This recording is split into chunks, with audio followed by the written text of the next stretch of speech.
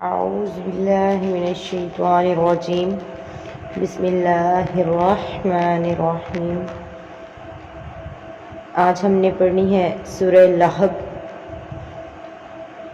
تبت یدا ابی لہب و تب، تبت تباہ ہو جائیں، یدا ابی یدا ہاتھ، ابی لہب ابو لہب کے، وتب اور وہ تباہ ہو گیا، یعنی تبت یدا ابی لہب وتب، ابو لہب کے دونوں ہاتھ تباہ ہو جائیں اور وہ تباہ ہو ہی گیا۔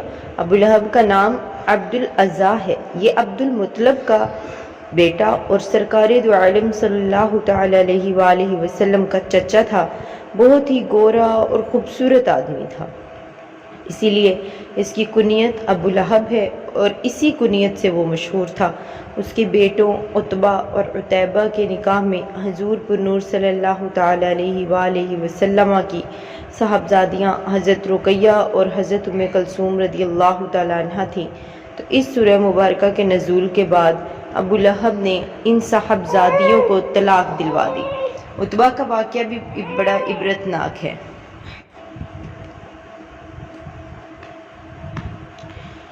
اس کے بعد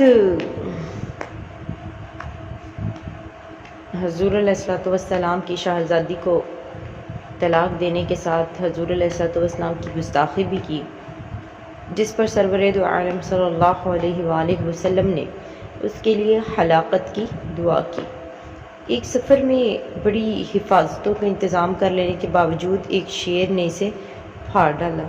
تو آیت میں ابو لہب کے دونوں ہاتھ ہلاک ہونے سے مراد اس کی ذات کی ہلاکت ہے، اور آیت مبارکہ ابو لہب کی ہلاکت کی پیشن گوئی کی گئی ہے۔ وہ بدترین موت مرا اور وہ جنگ بدر کے ایک ہفتے بعد کالے دانے کی بیماری سے مرا، جسے عرب میں عدسہ کہتے ہیں۔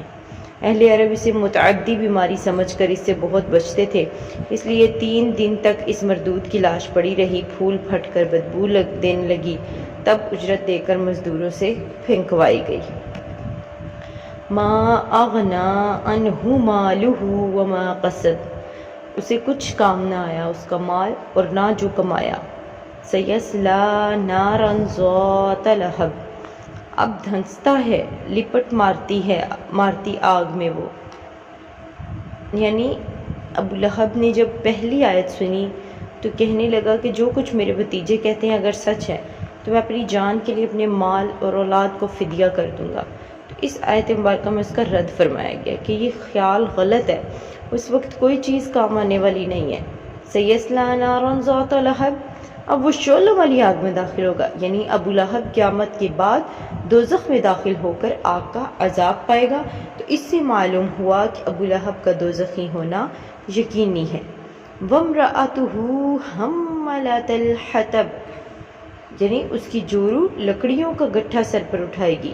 فی جیدہا حبل من مسد، اس کے گلے میں کھجور کی چھال کا رسہ ہوگا، یعنی وامرأتہ حملۃ الحطب، اس کی بیوی لکڑیوں کا گٹھا اٹھانے والی ہے۔ ام جمیل بنت حرب بن امیہ ابو سفیان کی بہن، جو رسول کریم صلی اللہ علیہ وآلہ وسلم نے سے نہایت عناد اور عداوت رکھتی تھی، اور بہت دولت مند اور بڑے گھرانے کی عورت ہونے کے باوجود رسول اللہ صلی اللہ علیہ وسلم کی عداوت میں اس انتہا کو پہنچی ہوئی تھی کہ خود اپنے سر پر کانٹوں کا گٹھا لا کر رسول اکرم صلی اللہ علیہ وسلم کے راستے میں ڈال دی، تاکہ حضور پر نور صلی اللہ علیہ وسلم کو اور آپ صلی اللہ تعالی علیہ وسلم کے اصحاب رضی اللہ تعالیٰ عنہم کو ایذا و تکلیف ہو، اور حضور اقدس صلی اللہ علیہ وسلم کی ایذا رسانی اس کو اتنی پیاری تھی کہ وہ اس کام میں کسی دوسرے سے مدد لینا بھی گوارا نہیں کرتی تھی۔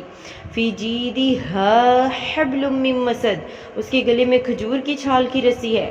ام جمیل کے گلے میں کھجور کی چھال سے بنی ہوئی رسی ہوتی جس سے وہ کانٹوں کا گٹھا باندھتی تھی۔ ایک دن یہ بوجھ اٹھا کر لا رہی تھی کہ تھک کر آرام لینے کے لیے ایک پتھر پر بیٹھ گئی۔